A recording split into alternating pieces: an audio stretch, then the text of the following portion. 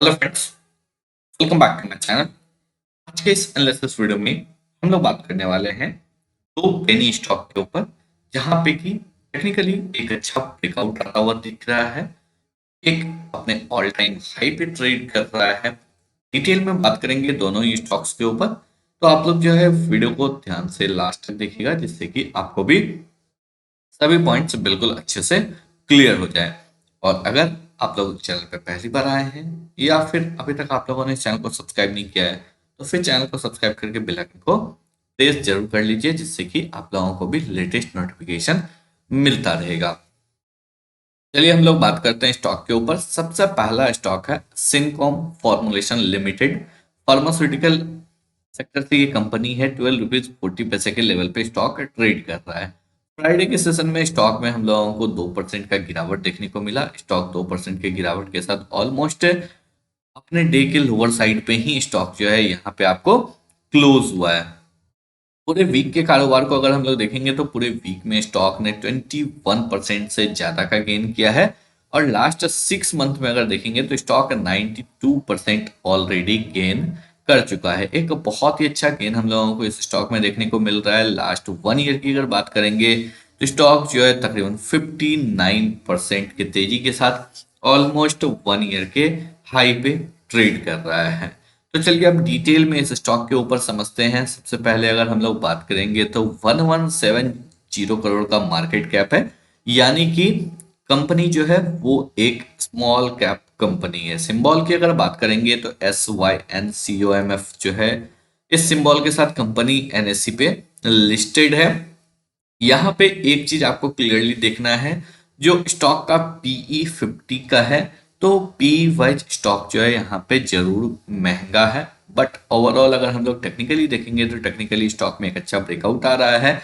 ROCE 9.7% का है। ROE जो है आपको 8.42% का है। चलिए सबसे पहले हम लोग बात कर लेते हैं कंपनी के प्रॉफिट एंड लॉस के ऊपर।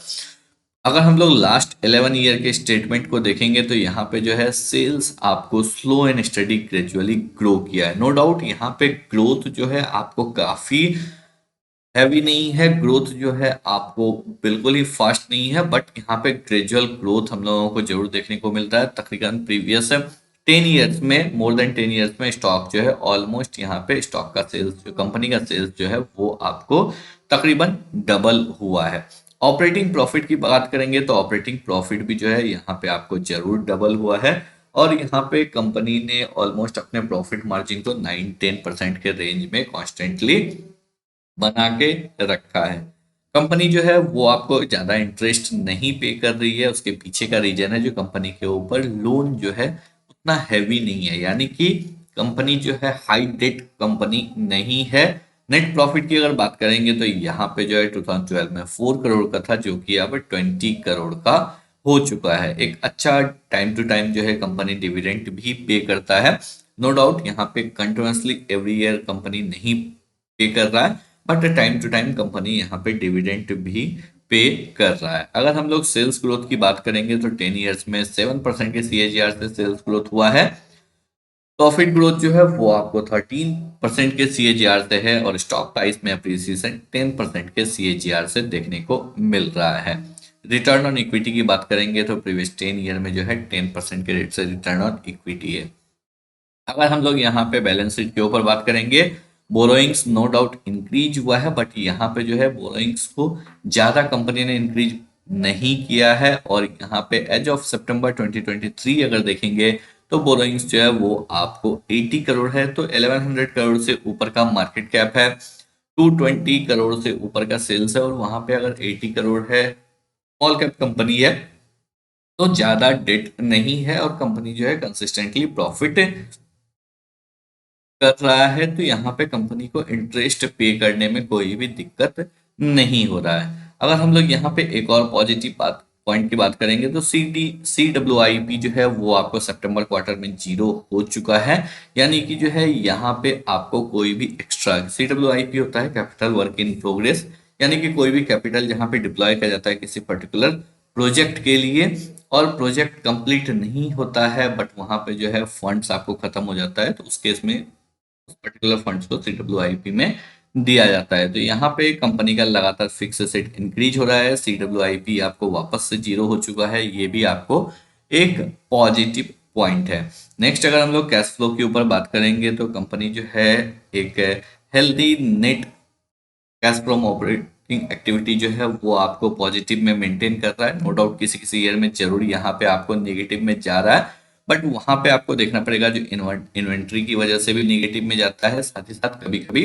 रिसीवेबल्स की वजह से भी यहाँ पे जो है कंपनी का cash from operating activity negative में जा रहा है। चलिए अब अगर हम लोग शेयर होल्डिंग पैटर्न के ऊपर बात करेंगे तो प्रोमोटर्स ने अपने होल्डिंग को यहाँ पे इंक्रीज किया है। प्रीवियस अगर 3 इयर्स में देखेंगे ऑलमोस्ट यहाँ पे 1% कम है 3 इयर्स में। तो यहाँ पे जो है आपको 10% से प्रमोटर ने अपने होल्डिंग को इंक्रीज किया है और पब्लिक का होल्डिंग जो है यहाँ पे आपको 10% से डिक्रीज हुआ है। तो चलिए ओवरऑल अगर देखेंगे तो फंडामेंटली जो है कंपनी आपको एक स्मॉल कैप कंपनी होने की वजह से यहाँ पे जरूर नो डाउट आपको लूपहोल है, इसी वजह से जो है पेनी स्टॉक है, बट जो एक बेसिक स्ट्रक्चर है कंपनी का फंडामेंटली वो आपको ओके है। तो चलिए अब चार्ट्स के ऊपर बात करते हैं।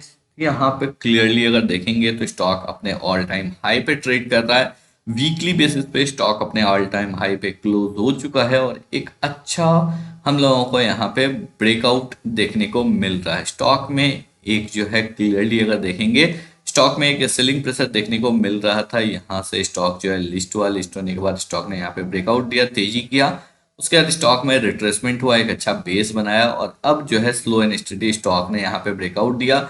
वीकली बेसिस पे एक इनसाइड कैंडल का भी ब्रेकआउट हम लोगों को यहाँ पे देखने को मिल रहा है। तो यहाँ पे इस स्टॉक को हम लोग करंट लेवल पे बाई कर सकते हैं। अगर आप करंट लेवल पे इस स्टॉक को बाई कर रहे हैं तो आपको अपने एसएल को प्लेस करना है इस इनसाइड कैंडल के लो के नीचे, जो कि है आपको 9 रुपीज 80 पैसे का। तो 9 रुपीज 80 पैसे के नीचे जो है आप अपने एसएल को प्लेस करके इस स्टॉक को बाई कर सकते हैं। एक अच्छा तेजी इस स्टॉक में हम लोगों को देखने को मिल सकता है। मंथली चार्ट के ऊपर अगर बात करेंगे तो मंथली चार्ट पे भी स्टॉक में जो है हम लोगों को एक अच्छा ब्रेकआउट आता हुआ दिख रहा है। नो डाउट अभी 3 ट्रेडिंग सेशन रिमेनिंग है इस कैंडल को क्लोज होने के लिए, बट मंथली बेसिस पे एक अच्छा हम लोगों को ब्रेकआउट देखने को मिल रहा है। स्टॉक अपने ऑल टाइम हाई पे ट्रेड कर रहा है, तो इस स्टॉक को हम लोग कंसिडर कर सकते हैं। अगर आप यहाँ पे बाई कर रहे हैं, पेनी स्टॉक है, अपने एसएल को जरूर फॉलो कीजिए और साथ ही साथ प्रॉपर पोजीशन साइजिंग को भी फॉलो कीजिए।